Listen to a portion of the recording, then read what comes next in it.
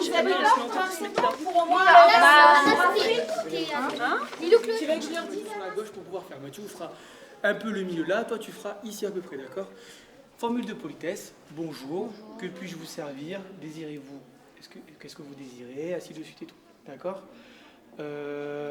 Pour information, les quiches, c'est des quiches Lorraine lardon. Bonsoir mesdames et messieurs, mes collègues et moi-même, nous vous remercions d'être présents ce soir pour le vernissage donc, de cette exposition intitulée « Exotisme, regard vers d'autres contrées ».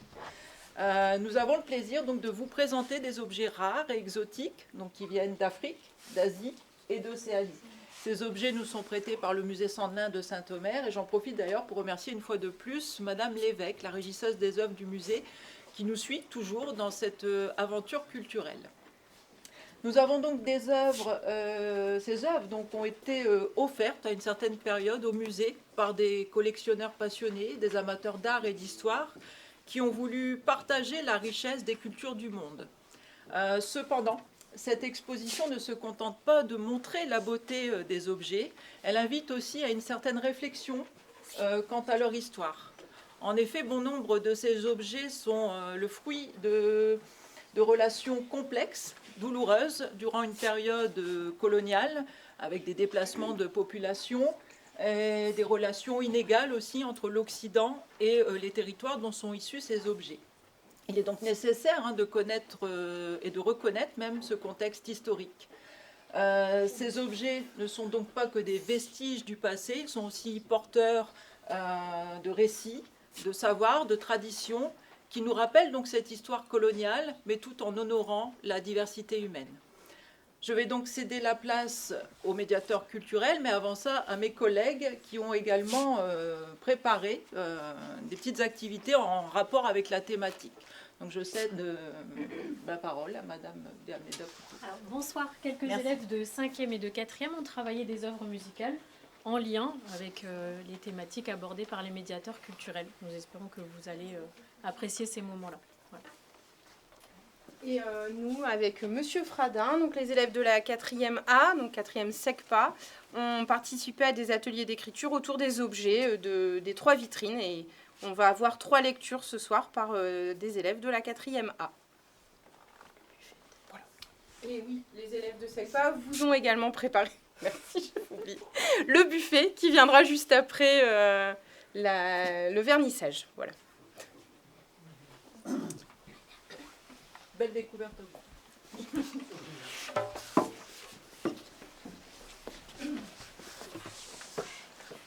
1, 2, 3, 4.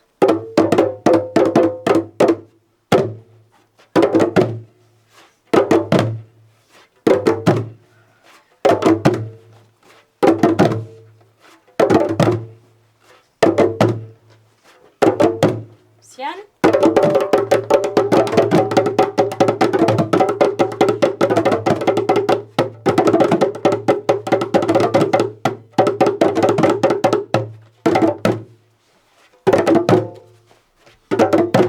Nathan.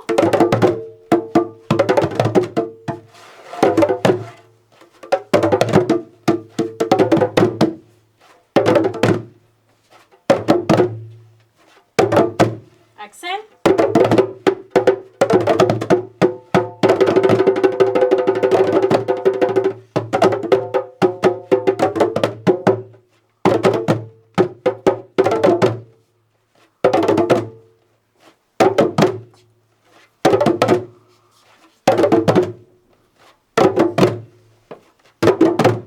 Et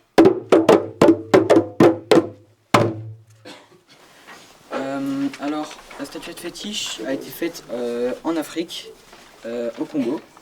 Donc, la statuette fétiche est faite de bois et elle a été faite lors du 19e siècle. La statuette fétiche se nomme Nkidal et représente un personnage accroupi. La plupart du temps, ces statuettes fétiches venant donc du Congo en Afrique représentaient souvent donc, des membres disparus de certains clans ou de certaines tribus. Bonjour, je m'appelle Ilvou, je suis en 4e. Je suis médiatrice culturelle et je vais vous présenter ce bracelet qui joue aussi de la musique avec ses nombreux grelots. Ce bracelet est originaire d'Afrique. Il est fabriqué avec des graines séchées enfilées sur une cordelette végétale. Alors bonjour, je m'appelle Mathéo Léwick, élève en 3e. Je vais aussi vous présenter le bracelet instrumental. Il date tout d'abord du 19e siècle. Ce bracelet était attaché aux chevilles et aux poignets des danseurs lors des cérémonies pour souligner le rythme lors des mouvements. Ces bracelets ont souvent une fonction magique. Bonjour, je me présente, je m'appelle Mathis Joly et je suis un élève de 3e. Et aujourd'hui, je vous présenterai ce masque originaire d'Afrique. Donc, comme on peut le voir distinctement, il est divisé en 3 couleurs, le blanc, le rouge et le noir. Le blanc qui signifie le passage de la mort après la vie. Et le rouge qui signifie le feu, le pouvoir, la fertilité et le soleil. Et pour le noir, c'est la mort ou le mal. Donc il était souvent utilisé dans des cérémonies, dans des mariages, dans des enterrements. Mais à la fin de vie du masque, il est placé dans une hutte un peu spéciale ou soit dans une grotte, avec un nouveau masque à côté, fait par un artisan à la règle, qui pendant sa décomposition va transmettre ses pouvoirs au nouveau masque. C'était tout pour moi, merci d'avoir écouté. Bonjour, je m'appelle Anna Smoudnine, je suis élève en 3e C au collège. Et aujourd'hui, je vais vous présenter ce bâton de commandement. Donc, qui viennent d'Afrique. Ils sont faits en bois et font environ 114 cm de hauteur. C'est l'équivalent du sceptre royal en Afrique et est symbole de pouvoir. Il est détendu par les chefs de tribu qui et donc représentent le pouvoir de ces chefs.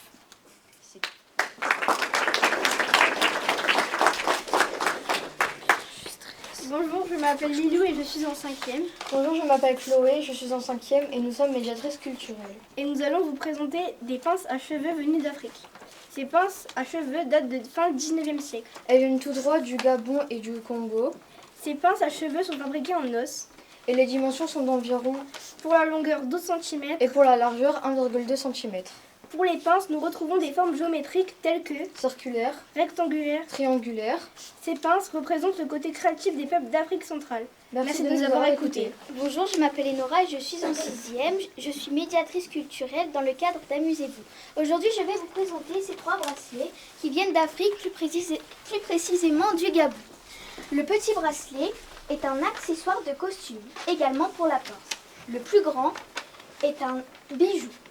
Ils sont aussi dotés de formes géométriques comme rectangulaire, triangulaire ou circulaire. Sauf le grand. Le grand est en spirale tressée. Les peuples qui ont fabriqué ces bracelets sont les Batékés qui n'existent plus.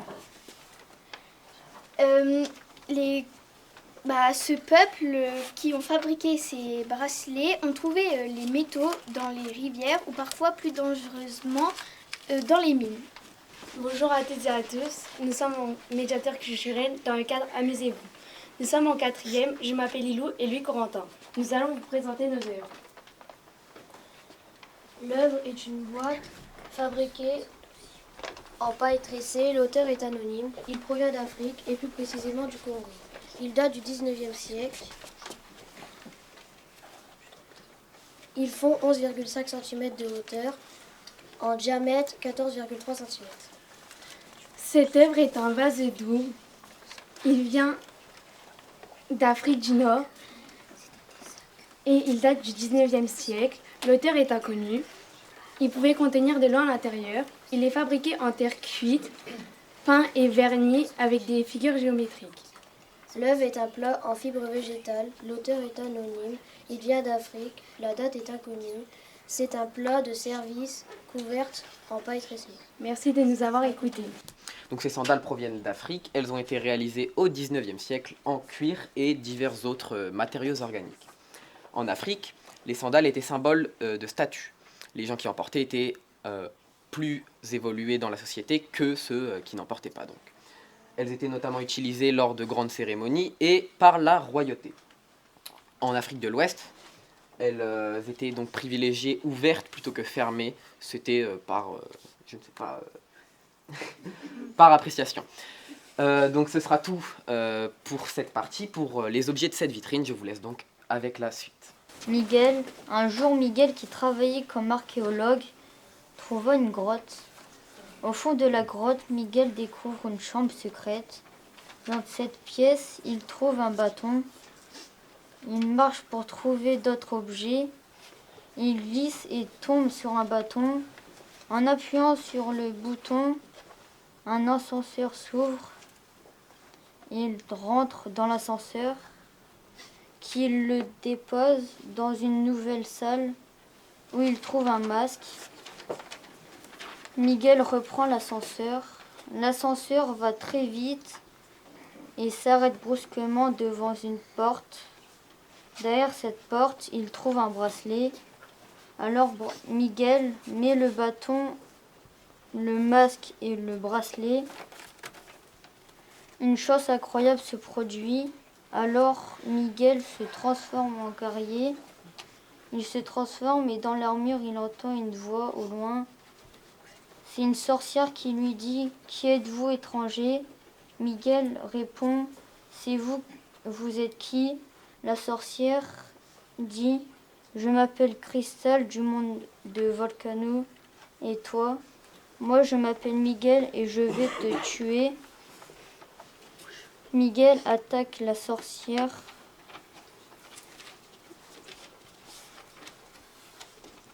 Et la sorcière jette une boule de feu. Miguel esquive et tranche le ventre de la sorcière et elle meurt.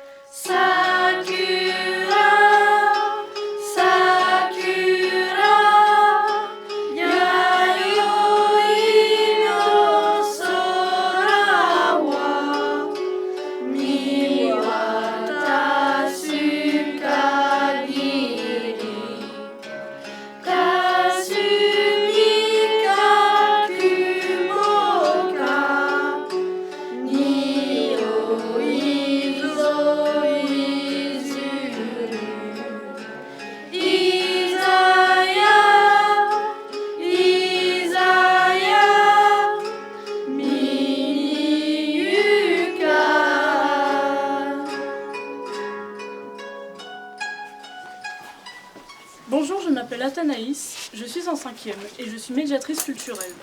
Bonjour, je m'appelle Lily, je suis en 4e et je suis également médiatrice culturelle. Nous allons vous présenter ces deux paires de chaussures. Ces chaussures sont des chaussures chinoises pieds bandés. La pratique des pieds bandés des jeunes filles existait en Chine depuis environ 1000 ans.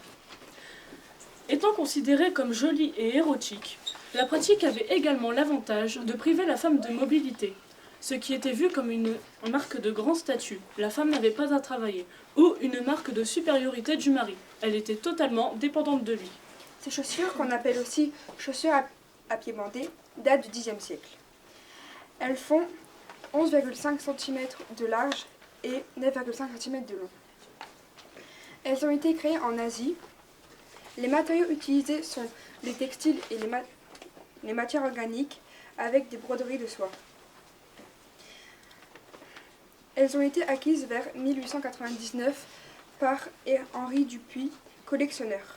Nous remercions le musée de Saint-Omer de nous les avoir prêtées et nous permettent aussi de découvrir cette pratique.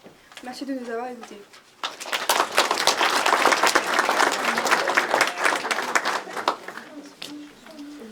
Donc maintenant, je vais vous présenter ces deux éventails. L'éventail est connu depuis l'Antiquité, en Chine, en Égypte ou en Grèce. Il sert à s'éventer l'été, s'abriter du soleil ou se protéger de la poussière. Les deux éventails exposés sont en laque. La laque est une résine issue de la sève d'arbuste. Cette technique naît en Chine dès le néolithique pour protéger les ustensiles courants. Ces deux éventails ont été fabriqués au XIXe siècle. La face est généralement ornée d'une peinture de paysage, de fleurs ou d'oiseaux, accompagnée d'une écriture soignée ou calligraphie au dos. Merci de m'avoir écouté. Je vais aussi vous présenter ces 3 petits sacs. Donc là, il y a 2 petits sacs et une bourse. L'auteur est inconnu, on ne sait pas qui les a fabriqués. En tout cas, ces sacs étaient pour les riches. Et il y a des orchidées brodées qui étaient symboles de la richesse. Et les orchidées sont... Les orchidées sont des fleurs chinoises, symbole de la richesse. Voilà. Elle remplace quelqu'un. Elle était pas censée le faire.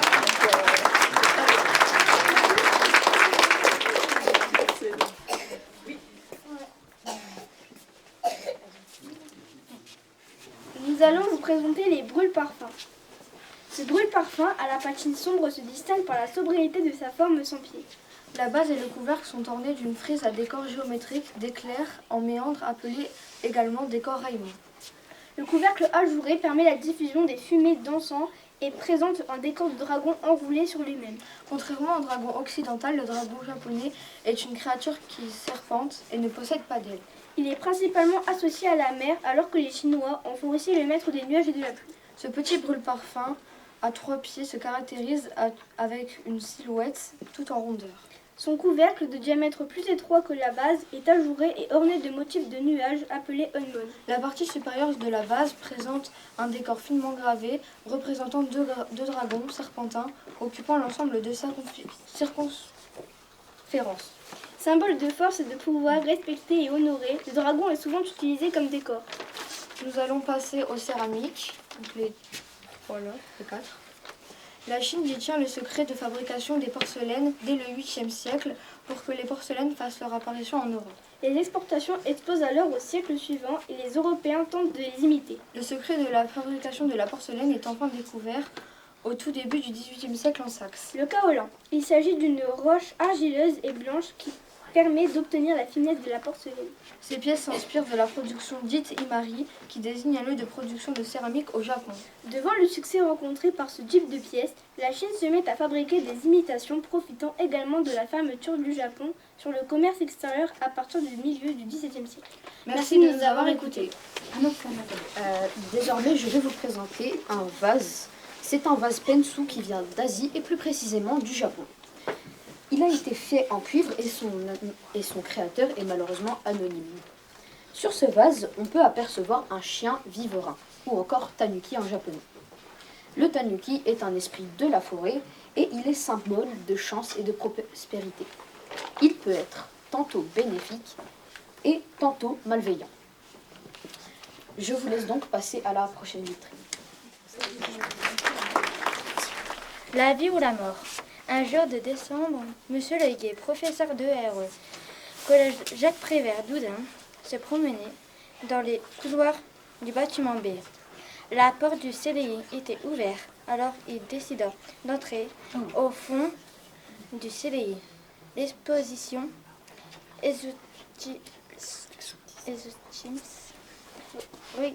regarde vers d'autres contrées était installé. Il s'approcha et dans la vitrine de l'Asie, il trouva un brûle-parfum magique, magnifique, et des chaussons pour pieds bandés. Il décida de les voler pour l'offrir à sa... Pour les offrir à sa femme pour Noël. Monsieur Leguet décida de cacher les objets dans son atelier, mais il se rendit vite compte que ces objets finissant faisaient de la sorcellerie. En effet, lorsqu'il s'absentait de son atelier, les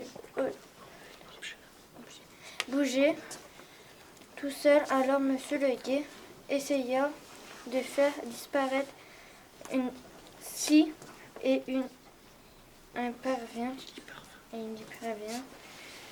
Monsieur Andrzejewski, à son côté, avait des ennuis. Il perdait régulièrement ses clés.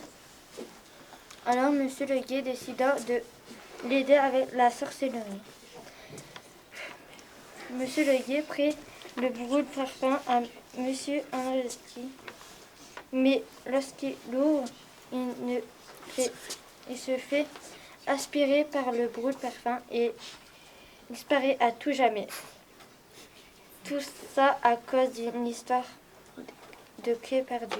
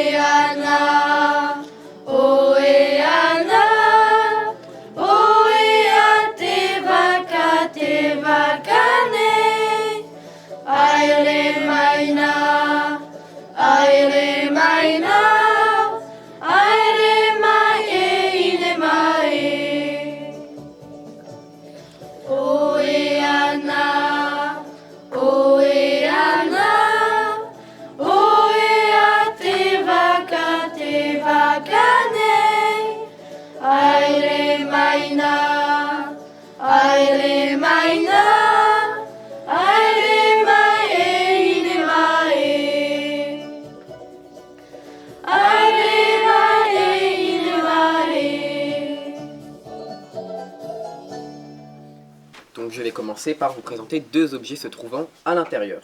En commençant donc par ce crochet qui se trouve juste ici. Donc il est un peu petit, il faudra venir voir après. Donc ce crochet en fait il a été fait en Océanie, donc n'hésitez pas à regarder d'ailleurs les cartes qui se trouvent à chaque endroit. Donc il a été fait en Océanie au 19e siècle, donc de divers matériaux, donc des matériaux organiques, notamment de l'os. Donc il servait à la pêche.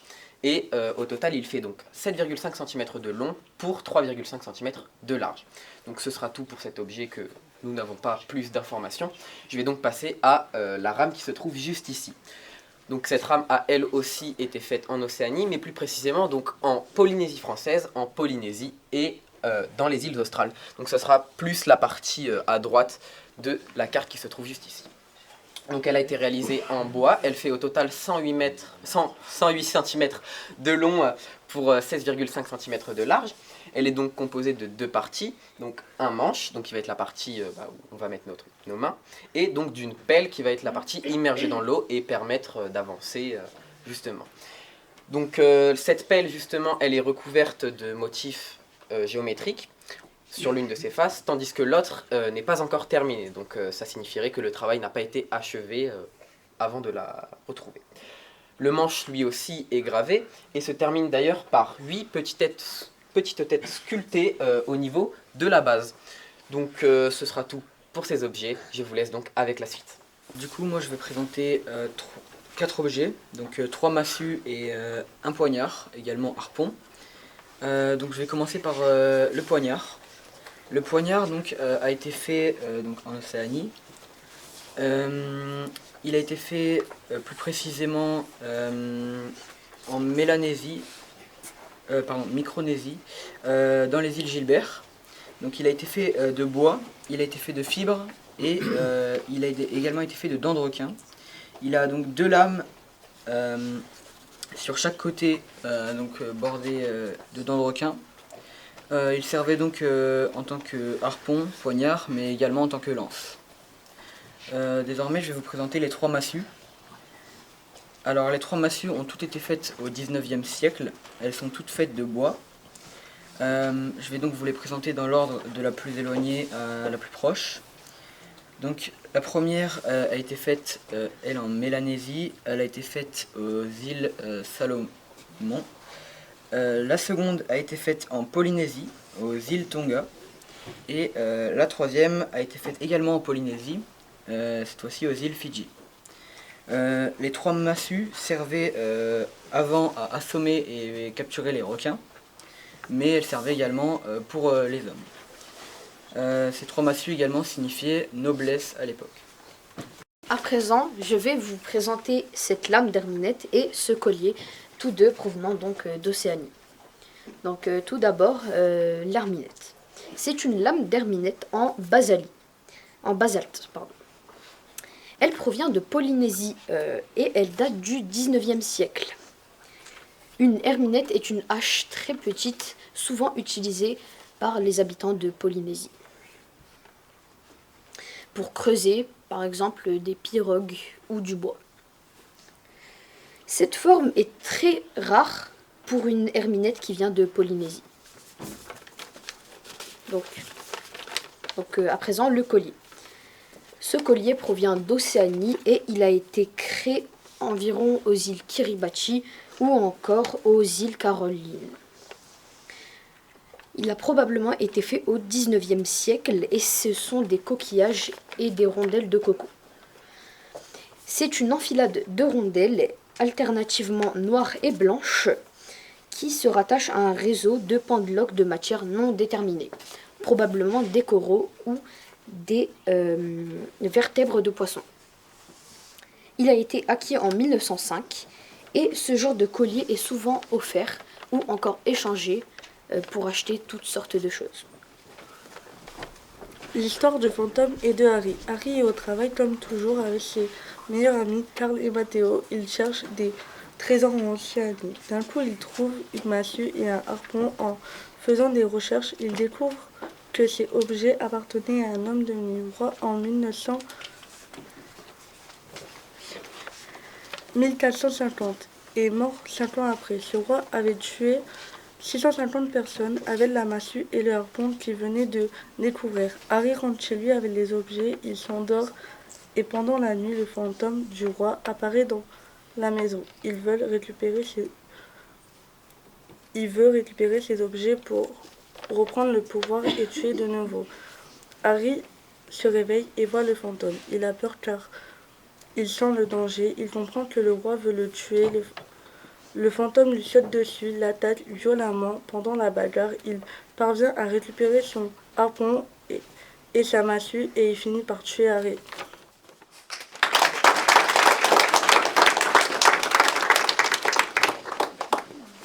Donc c'est maintenant la fin de ce vernissage. J'espère que ça vous a plu. Je vous remercie de vous être présentés et maintenant je vous invite à voir toutes les œuvres.